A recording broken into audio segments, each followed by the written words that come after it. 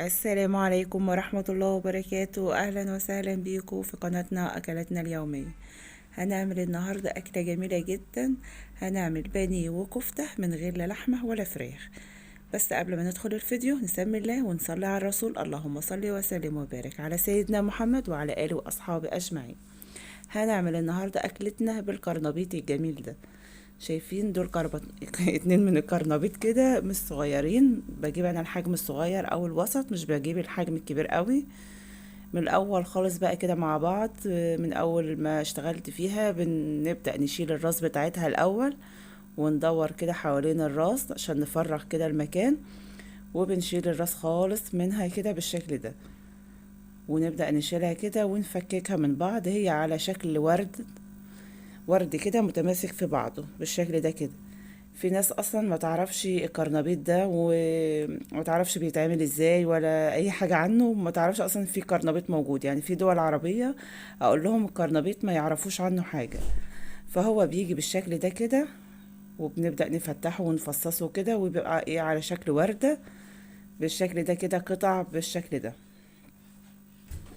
ببدأ بقى بعد ما فصصته، ببدأ ان انا اشيل حتت منه بقى اللي هي بتاعت العنق بتاعه بالشكل ده كده، ان هو بنضفه. دي بتبقى قطع جامدة فيه كده ما بتستواش وبتبقى جامدة. بنشيلها خالص عشان نعرف نسلقه ويستوى معانا، وننضف كده حواليه كويس جدا بالشكل ده كده. الطريقة قدام منكم واضحة. شايفين بالشكل ده كده انضفه حواليه، عشان ايه في ساعات تلاقيها ما استوتش. ده بيبقى ده محدش شال القشرة اللي عليها، دي بتخليها ما تستلقش كويس ولا تستوى معانا كويس. تمام بالشكل ده كده. الكرنبيط جميل وكله حديد وفيتامينات، وفي ولادنا كتير مش بيحبوا ياكلوه. هنعمله النهارده بطريقه جميله، هيحبوه وهيطلبوه على طول ويقولوا لك ايه اعمل لنا كل يوم كرنبيط يا ماما. هنا بقى كده حطيت الميه على النار، وحطيت فيها نص معلقه من الملح كده، ونص معلقه من الكمون عشان طبعا الكرنبيط ما يعملش غازات، ومعلقه من الخل. بحط انا معلقه الخل دي طبيعي، يعني الاول كنا بنحطها والوقت برضو حتى لو انا عاملاه في الحله التيفال بحب برضو احط معلقه خل معاه بالشكل ده كده. ببدا بقى ساعه ما الميه تغلي هنزل بالكرنبيط بتاعنا.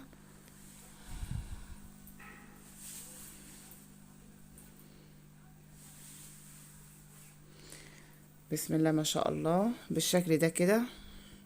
الميه بتاعتنا بدات خلاص تغلي، هنزل بقى عليها بالكرنبيط بتاعنا، ياخد له غلوه كده واحس ان هو استوى معانا.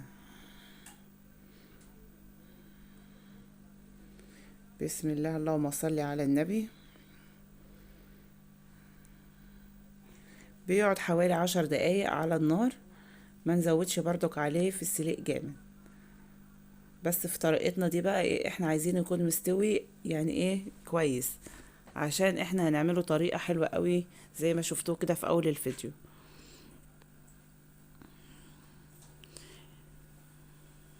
خلاص كده هو خلاص استوى. هنشوف كده واحدة ونتأكد. شايفين السكينة بتخش بكل سهولة فيه ازاي اهو. شوفوا كده كده خلاص تمام استوى معانا بقى تمام.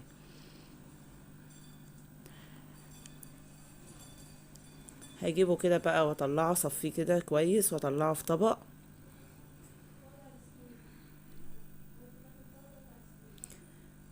بالشكل ده كده. طفيت بقى كده عليه النار واطلعه بقى من المية دي.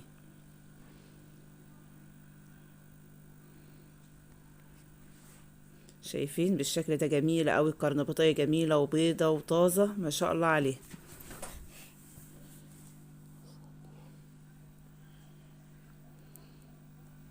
وكده ده شكله بقى بعد ما برد شوية كده. هشيله بقى وابدأ افصصه بالشكل ده كده حتت صغيرة.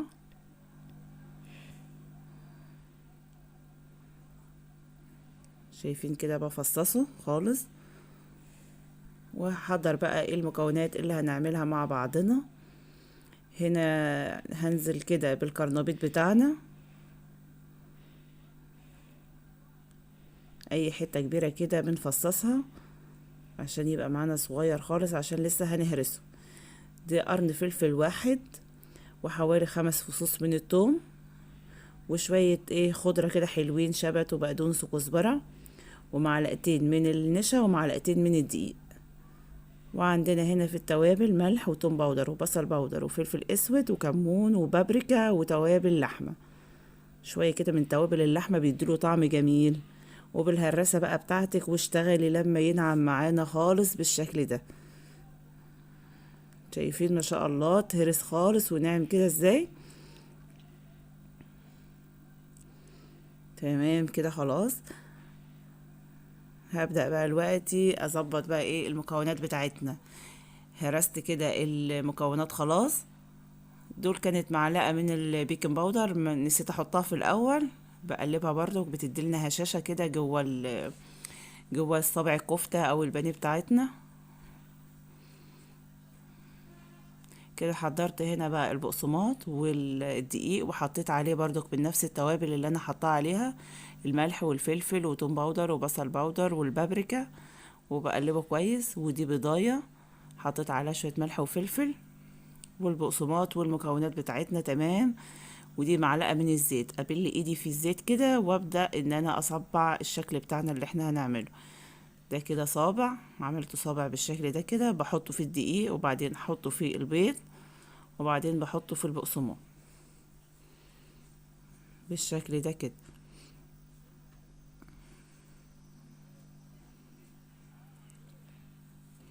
هعمل بقى معاكم الشكل المدور على شكل بانيه كده.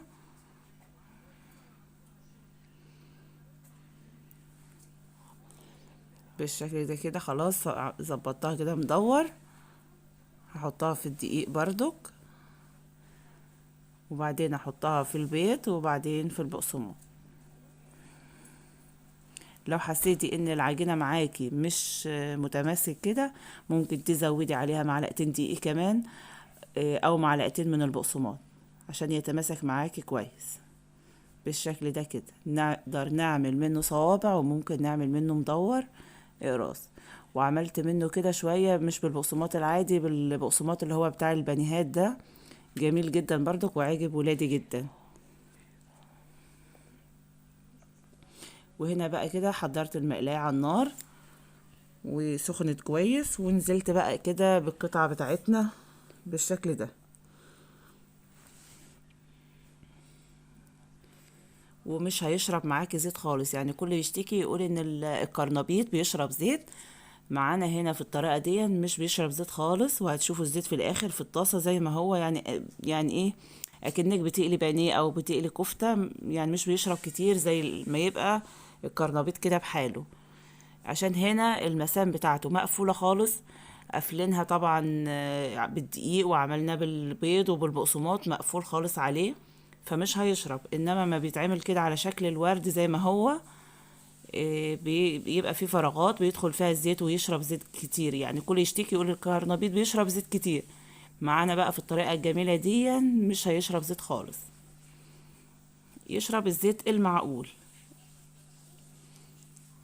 شايفين الطاسة زي ما هي، الزيت بتاعها زي ما هو ما شاء الله. بقى شايفين بقى طالع البانيه ازاي؟ بانيه ده ولا مش بانيه؟ جميل جميل جدا، وريحته جميلة وطعمه كان جميل ما شاء الله. واللي هو عملته برضك بالبقسماط بتاع البانيه ده جميل قوي برضه. وعملت منه برضك صوابع، وعملت المدور. يعني لو حطيتيه قدام حد مش هيعرف ان ده خالص كرنبيط، على طبعا لما ياكلوا ويدوقوا. الطريقة جميلة جدا، وان شاء الله لو جربتوها بالطريقة دي هتعجبكم وتعجب كل اللي في البيت عندكم. لو وصلت معايا للفيديو لحد كده ما تنسيش تعملنا لايك للبانيه بتاعنا والكفتة الجميلة دي. بسم الله ما شاء الله، حاجة جميلة وتفتح النفس وموفرة جدا، ويقضي كمية يعني عدد أفراد كتير. بسم الله ما شاء الله. شايفين بقى طالع بالشكل الجميل ده، حاجة جميلة جدا وتفتح النفس صراحة. وحضرت معاها طبق مكرونة جميل. طبعا البانيه والكفتة عايز مكرونة. ما شاء الله كده بالشكل ده، شايفين بقى عليها متماسكة وجميلة ازاي. فتحنا كده واحدة تشوفوها من جوه، جميلة جدا طعمها وريحتها ودايبة خالص، ما شاء الله عليه. لو عجبكم بقى الفيديو بتاعنا ده، ما تنسوش بقى تعملوا لنا لايك وشير واشتراك في القناة، وتفعلوا الجرس عشان يوصلكم كل جديد بعمله. ويا رب يعجبكم وتنفذوه بنفس الطريقة بتاعتي دي. والسلام عليكم ورحمة الله وبركاته.